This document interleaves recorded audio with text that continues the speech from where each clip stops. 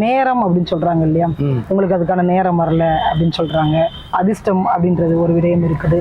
எனக்கு இதுல வந்து மிகப்பெரிய சந்தேகம் உண்டு. ஏன்னா நான் இத்தனை காலகட்டத்தில் இப்பதான் வந்து 2012 என்னுடைய பாப்பா வந்து போகிறா. அதுக்கு முன்னாடி நான் போகாத கோவிலே கிடையாது. எல்லா கோவிலுக்குமே வந்து ஒரு கிட்டத்தட்ட ஒரு 10-12 வருடங்களாக நான் வந்து குழந்தைக்காக நான் அலைஞ்சிருக்கேன் நான். அப்பெல்லாம் வந்து எனக்கு குழந்தை நிற்கவே இல்லை. அப்போ கரெக்டா வந்து இந்த 2012 தான் பாப்பா வந்து பிறந்திருக்கு அப்படின்னா எனக்கு உண்மையிலே வந்து நீங்க சொன்ன மாதிரி இந்த கோயில் போ அந்த கோயில் போ என்ன பிரயோஜனம் இருந்தது? ஒண்ணுமே இல்லையா? அப்போ நேரம்ன்றது உண்மைதானா? அதாவது நீங்க நேரத்தை பத்தி பேசுனதுனால நான் சொல்றேன். இப்ப சித்தர்கள் காலம்லாம் பல நூற்றாண்டுகளுக்கு முன்னாடி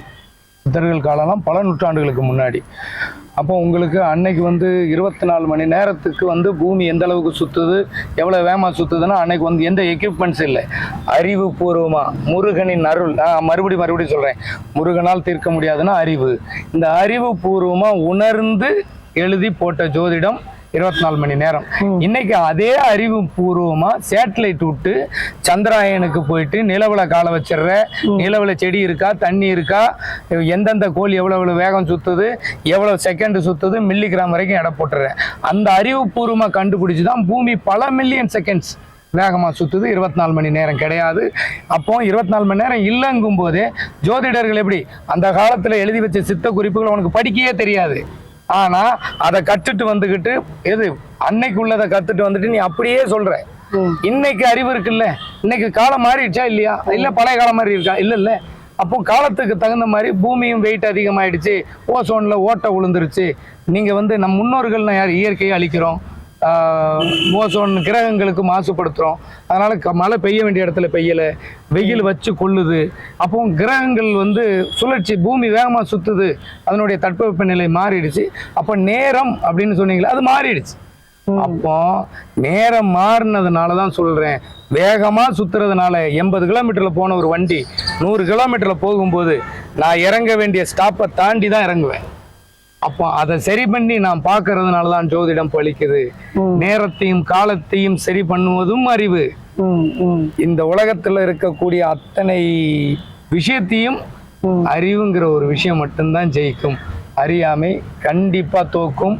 அந்த அறியாமையையும் உங்களுடைய உணர்ச்சி, உங்களுடைய தேவைகளையும் பயன்படுத்தி ஏமாற்றும் காலம் இது. அதனாலதான் கலிகாலம்னு சொன்னா உங்களுக்கே தெரிஞ்சுக்குங்க.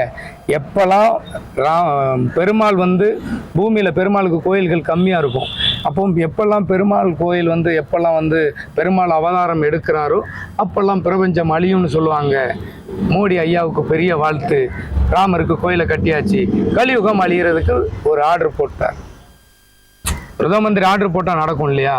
கலியுகம் அழிகிறதுக்கு ஒரு ஆர்டர் போட்டிருக்காரு. ராமர் கோயில் கட்டிட்டாரு, ராமர் வந்தாச்சு. எம்பெருமாள் நாராயணன் என்பது பார் கடல், கடல் ஊருக்குள்ள வந்தா அழியும், அவர் நிலத்துக்கு வந்தாச்சு, இனி அழியும். எம்பெருமாள் நாராயணன் என்பது பார் கடல், அவர் தன் மனைவி விட்டு பிரியவே மாட்டார்னு சொல்லுவாங்க. இதயத்துல நெஞ்சில குடியிருக்கிறது லட்சுமி, அது கடல் உப்பு. அந்த கடலை நிலத்துக்கு கொண்டு வந்துட்ட கலிகாலம் ராமரை கொண்டு வந்ததால் அவர் போனது வனவாசம், நம்மளும் இந்த வனத்தோட வாசமா போயிட வேண்டியதுதான். எனக்கு என்ன டவுட் அப்படின்னா, இப்ப நீங்க ஜாதகம் உங்ககிட்ட கொண்டு வந்தா நீங்க வந்து அதுக்கான நட்சத்திரம் ராசி எல்லாமே நேரத்துக்கு ஏற்றபடி நீங்க மாத்தி தான் பாக்குறீங்க. என்கிட்ட பாக்குற அத்தனை பேருக்குமே இன்னைக்கு வரைக்கும் வந்தவங்க ஃபீட்பேக் ரொம்ப நல்லா இருக்கு. நான் முடிச்சிடுறேன். நீங்க அப்படித்தானே மாத்தி தானே பாக்குறீங்க. வாக்கு சொல்றீங்கல்ல, அதுல என்ன நடக்கும்? வாக்கு சொல்றதுலயும் நான் அந்த எனக்கு அதான் சொன்னேன்ல, இதுவும் கனெக்ட் ஆகுதா? ஆமா, ஜாதகத்துக்கும் வாக்குக்கும் சம்பந்தம். நீ என்ன ஜாதகத்துல இருக்கோ அதுதான் என் வாக்குல வரும். சரி, அதாவது உங்களுக்கு தேவை என்ன நடக்கும் நடக்காதுங்கிறத விட உனக்கு என்ன நெகட்டிவ் இருக்கும், அந்த நெகட்டிவ்க்கு உண்டான பாசிட்டிவை எடுத்துக்க. அப்ப இந்த உறவுகள் கெட்டிருக்கும், இந்த மாதிரி நோய்கள் வரும், இதுக்கு தகுந்த மாதிரி உன் பூர்வீகம், அப்பவும் அந்த பூர்வீகம் தான் அதாவது ஒரு குழந்தை தொலைஞ்சு போச்சுங்க, அநாத விடுதியில சேர்ப்பது உன்னுடைய கருணை, தாயுடன் சேர்ப்பது என்னுடைய கடன். நான் தொலைஞ்ச ஒரு குழந்தைய குடும்பத்தோட சேர்க்கிறேன். அப்போ அந்த குழந்தைக்கு தேவையான, இப்போ ஒரு 4 மாடு இருந்து தனித்தனியா போனாலே அழிஞ்சிரும் சொல்லுவாங்க. டேய், மாடுகள் சின்ன வயசுல இருக்கும்போது ஸ்கூல்ல படிச்சிருப்போம், மாடுகள் வந்து 4 ஒன்னா இருக்கும்போது சிங்கம் பயந்து ஓடிடுச்சு, இந்த நாடும் தனித்தனியா சண்டை போட்டு போகும்போது சிங்கம் அடிச்சு கொண்டுருச்சு. அப்போ நீ 4 திசையில யோசிக்கும் போது அது இதுன்னு உன்னுடைய மூளை அலக்களிக்கும் போது உன்னை இந்த உலகம் ஏமாற்றும். என்கிட்ட வர்றவங்க எல்லாம் அவ்வளவு எமோஷனல். ஐயா, நான் எப்போவாது செட்டில் ஆயிட மாட்டேன், பணத்தை மட்டுமே தேடுது.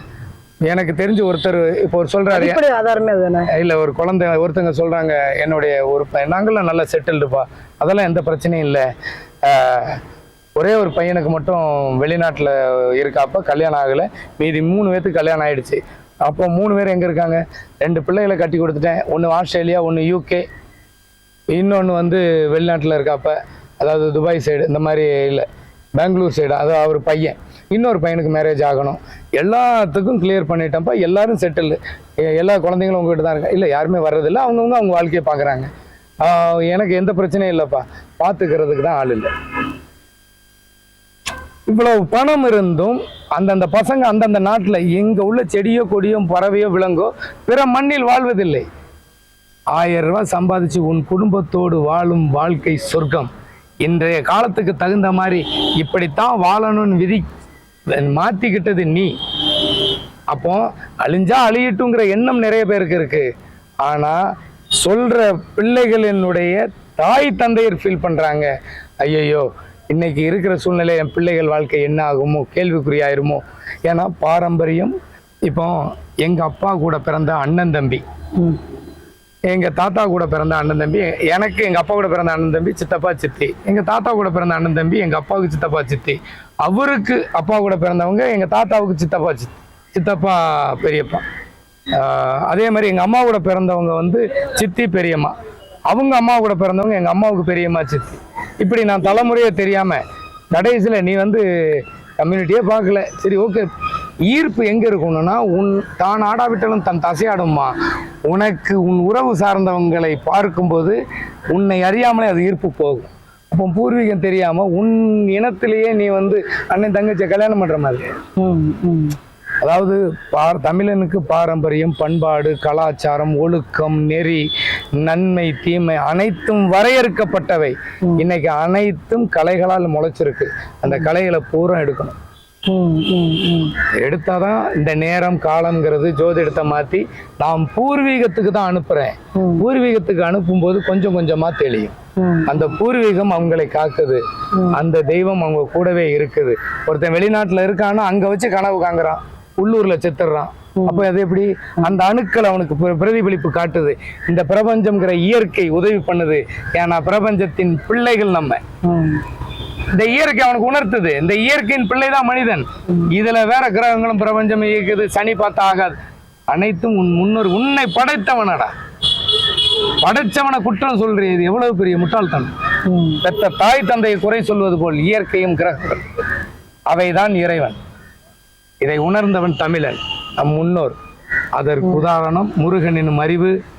அந்த முருகன் என்னுள் குடிகொள்ள இறைவனை பிரார்த்திக்கிறேன். பாரிஸ் காளிகாம்பாள் கோவில் இருக்குல்ல, இந்த காளிகாம்பாள், இந்த காளியை யாரெல்லாம் வணங்கலாம்? பாரிஸ் காளிகாம்பாள் கோயிலுக்கு நான் ஒரே ஒரு தடவை போயிருக்கேன். ரொம்ப ஃபேமஸான ஒரு கோயிலுக்கு. பாரிஸ் காளிகாம்பாள் கோயிலுக்கு நான் ஒரே ஒரு தடவை போயிருக்கேன். தமிழ்நாட்டில் நீங்கள் எந்த கோயிலுக்கு போனாலும் ஒன்று க்யூவில் நிற்கணும். அதே மாதிரி கூட்ட நெரிசலில் சாமியை கும்பிட்றதுக்கு டைமிங் கூட கொடுக்காது. சரி தள்ளி விட்டுருவாங்க. நீங்கள் எந்த கோயிலுக்கு போனாலும், திருப்பதியிலேருந்து எந்த கோயிலுக்கு போனாலும் தள்ளி விட்டுருவாங்க. காளிகாம்பாள் கோயிலுக்கு போனீங்கன்னா பெரிய ரவுண்டாக போட்டிருக்கும். நீங்கள் அந்த கோயிலில் மட்டும்தான் உட்கார்ந்த நிலையில், இந்த ஆசனம்னு சொல்லுவாங்கல்ல, உன்னுடைய இந்த வாசியினுடைய யோகம், அந்த ஆசன நிலையில் உட்கார்ந்து நீங்கள் தெய்வத்தை வணங்க மாட்டோம். அப்போ யாரு வேணாலும் எல்லாரும் ஒரு கோயிலுக்கு போகலான்னா அது எனக்கு தெரிஞ்சு பாரிஸ் காளிகாம்பாள் கோயிலுக்கு போகலாம். வெறும் காளிகாம்பாள் கோயிலுக்கு மட்டும் போறது சிறப்பு கிடையாது.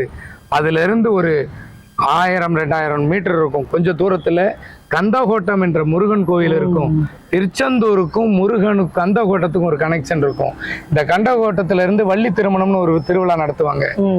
திருச்செந்தூர்ல வள்ளிய விரட்டி குகையில ஒளிஞ்சுதான் இருக்கும்.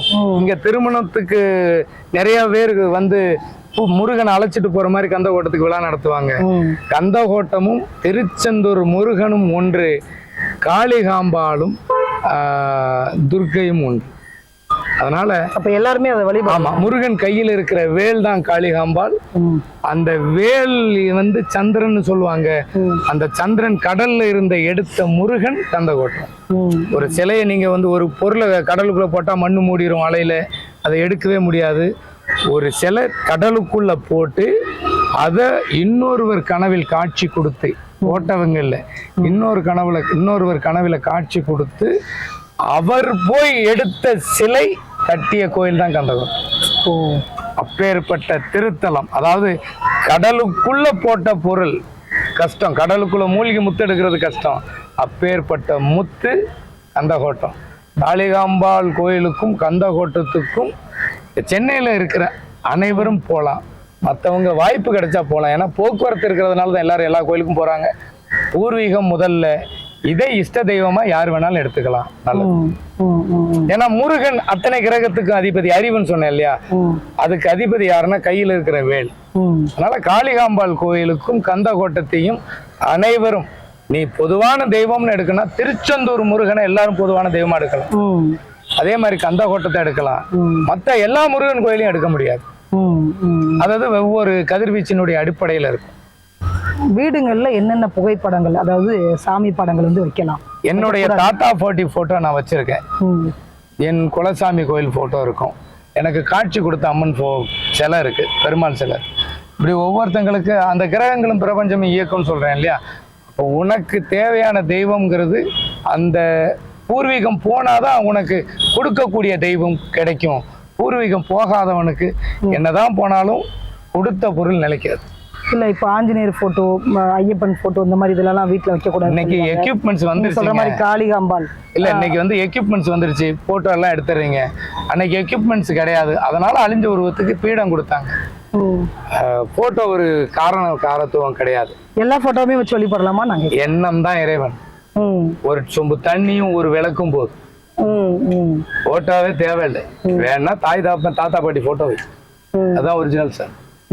நீங்க பெரிய பெரிய சிலை எல்லாம் வச்சிருக்கீங்க வீட்டுல. ஆமா, இந்த மாதிரி வந்துட்டு நீங்க சிலையை எடுத்துட்டு போனாலும் நான் சிலையை நம்பி இல்லை, முருகன் எனக்குள்ள இருக்கான்னு. அப்படியே அந்த சிலையை வச்சுக்கீங்க. நான் என்ன சொல்றேன் அப்படின்னா, சிலைக்கு உள்ள என்ன இருக்குன்னு எனக்கு தெரியும், நான் அறியறேன். நான் சிலையை நம்பல, சிலைக்கு உள்ள இருக்காங்க.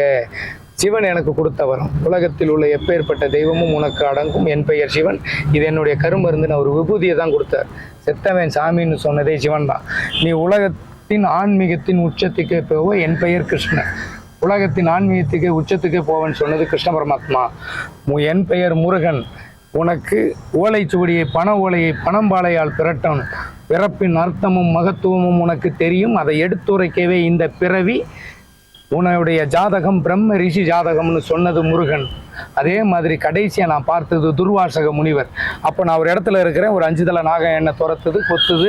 அப்போ நான் அது ஒரு தலையாக மாறும்போது பிடிச்சி அதை தலையை அப்படியே நசுக்கிறேன். பூமி எங்கும் விஷம் பரவுது, செத்து போச்சுன்னு தூர போடுறேன். முருங்கை பிஞ்சு மாதிரி சுருங்கிருச்சு. அப்போ அதுக்கப்புறம் ஒரு ரோஜா குவியல் இருக்குது, ரோஜா மலர் மாதிரி, அதுக்குள்ளே போய் அது சுருண்டுருது. அப்போ துர்வாசக முனிவர் வர்றாரு.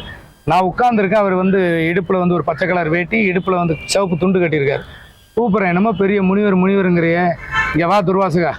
பெரிய துர்வாசக முனிவர், கோவப்பட்ட எல்லாத்துக்கும் சாபம் விட்டுருவியாமே, நான் இங்கே ஒரு பொருள் மறைச்சி வச்சிருக்கேன், அதை கண்டுபிடிச்சு சொல்லு பார்ப்போம் அப்படின்னு அவர் பாடலாக பாடிட்டார்.